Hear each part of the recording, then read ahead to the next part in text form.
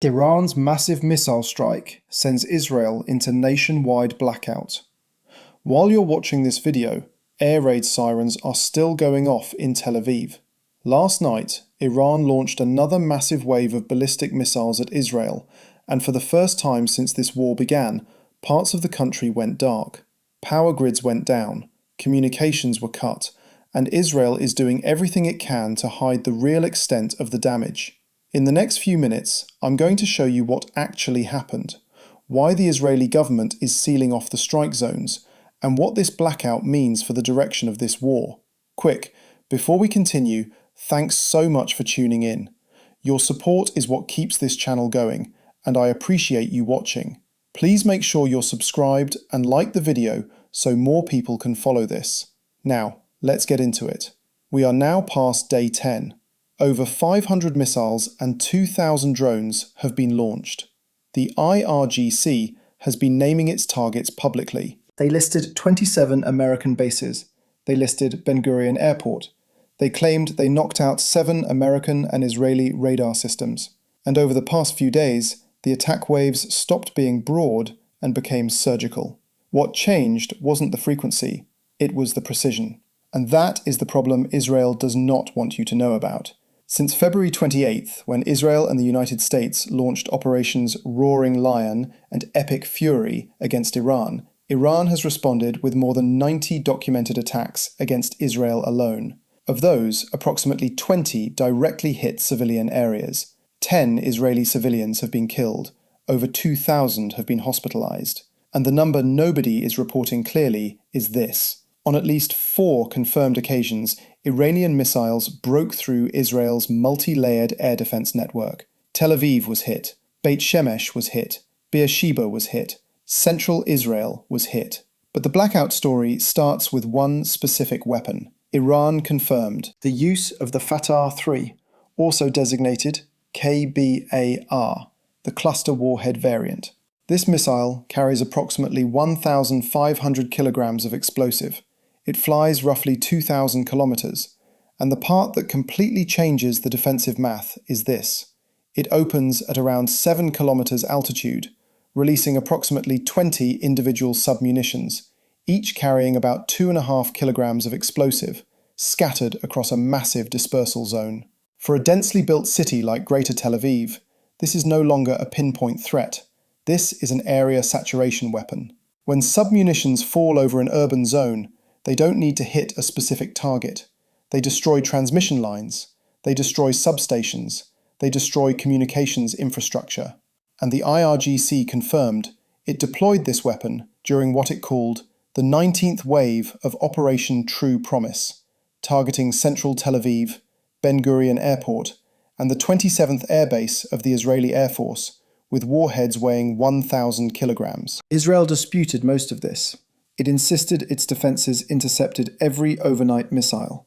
But it did acknowledge one morning strike that hit a central town, where firefighters responded to 2 main impact zones where cluster munitions had scattered. A first responder described finding a man in his 40s lying on the grass with a severe shrapnel wound. That is what the 19th wave did. And in that same wave, parts of Israel's electrical grid were affected. Now here is the context the Israeli government is not providing. Since the war began, the White House claims Iranian ballistic missile strikes dropped 90% between day 1 and day 6. That is credited to American and Israeli operations against Iranian mobile launchers inside Iran itself. The IDF reported that over 300 ballistic missile launchers have been neutralized since February 28th. And yet, missiles are still breaking through. The interceptor fired at the missile that collapsed the underground civilian shelter in Beit Shemesh, killing 9 people, was launched but did not connect. No mechanical failure was found. The system engaged. It just missed. That detail matters, because the official narrative is that the Iron Dome, the Arrow, David's Sling, and the American Patriot and THAAD systems are operating at near total effectiveness. The operational reality says something different. When a cluster warhead missile can land in central Tel Aviv and scatter submunitions across a 5-meter radius, the shield is not as complete as it's being presented. And the blackout that came last night was not an accident. It was the mathematical result of an attrition campaign that has been running for 10 days. Now let's talk about what this means for the balance of the war. On the Iranian side, the numbers are brutal. Over 1,300 Iranian civilians confirmed dead, including 194 children. More than 3,000 Iranian military personnel killed, according to Israeli intelligence estimates. Iran lost its supreme leader Ali Khamenei in the opening hours. It lost most of its senior IRGC commanders. It lost over 300 missile launchers. It lost 17 warships. Its navy has been declared combat ineffective by the United States.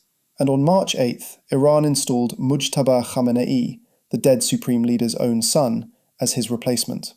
The IRGC and Iran's entire senior leadership immediately pledged allegiance. This man has never held public office.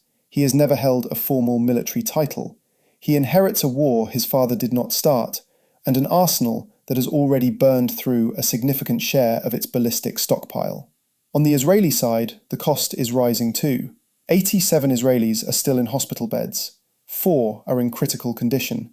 Crude oil has crossed $115 a barrel. Shipping through the Strait of Hormuz is disrupted. 7 American service members have been killed across the region. And Hezbollah has reopened a front in Lebanon, launching projectiles at Israeli territory and clashing with Israeli ground forces near the border town of Adaron. The Islamic resistance in Iraq has also joined with its own drones and missiles. This war is spreading in every direction at the same time. The White House says it needs 4 to 6 weeks to accomplish its stated objectives. What exactly those objectives are keeps shifting.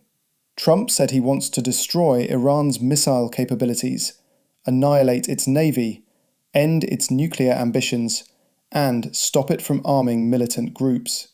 But the finish line moves every time he speaks. And in the middle of all of it, the streets around the blackout zones are being sealed off. Cameras blocked.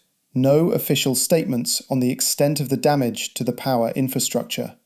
Neither side has defined what the end of this war looks like. Neither side can verify what the other is hiding beneath the rubble.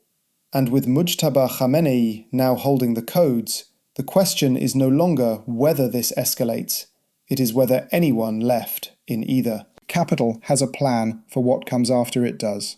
Thanks a lot for watching. I really appreciate your support. Join the discussion in the comments below. Let me know your thoughts. Who do you think is winning this war? Do you think it's getting out of hand? Let me know. And please subscribe and like the video if you want to stay updated. Click the video on the screen to see another one. I'll see you soon.